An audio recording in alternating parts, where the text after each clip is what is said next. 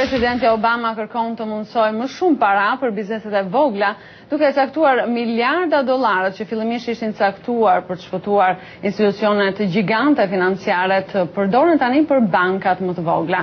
Presidenti kërkon Kongresit të shtojë atë për bizneset e vogla dhe të jap kapital me interes të ulët për bankat e vogla me synimin për të qarkulluar përsëri kreditin për bizneset e vogla. Në materialin në vazhdim bëhet fjalë për ndikimin që një bankë e vogël ka në një komunitet këtu në Washington. Për disa punonjës kjo është zhurma që bëjnë parat. Ndonjëherë është tingulli i regjistrit të parave.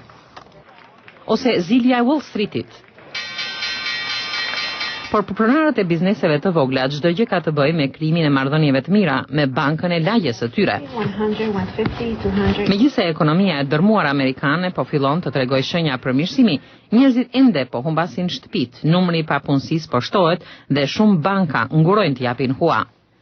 Presidenti Obama thotë se shtrëngimi i kreditimit dëmton bizneset e vogla. Bizneset e vogla kanë qenë disa nga më të goditurat nga recesioni. Nga mesi i vitit 2007 deri në fund të 2008-s, bizneset e vogla humbën 2.4 milion vende pune. Presidenti kërkon të shtojë tavanin maksimal të huave për bizneset e vogla.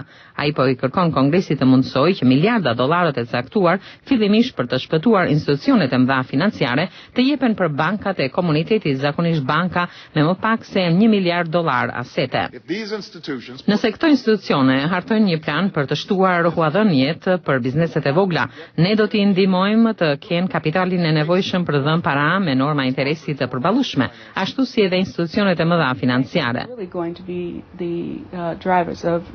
Bankat e komunitetit do të jenë katalizatori i kthimit të kësaj ekonomie dhe çfarëdo mbështetje të marrin nga qeveria do të na ndihmojë. Dorothy Bridges është drejtoresh ekzekutive në bankën City First në Washington. Ajo thotë se këto janë kohë sfiduese për bankat dhe bizneset që ato u shërbejnë. Dorothy beson se propozimi i presidentit do të bëjë që bankat e vogla të ndihmojnë më shumë njerëz.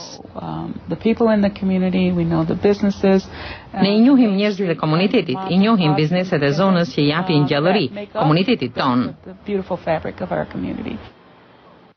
Sylvia Robinson është drejtoreshe ekzekutive për organizatën jo fitimprurse Emergency Community Arts Collective. Ky është një vend ku njerëzit mund të vinë të mësojnë marrëdhëniet sociale, të mësojnë për kultura dhe të edukohen për fusha të ndryshme, thot ajo. Ëndra e Sylvias për ta kthyer këtë ndërtesë shekullore në një qendër komuniteti përpaksa nuk u realizua.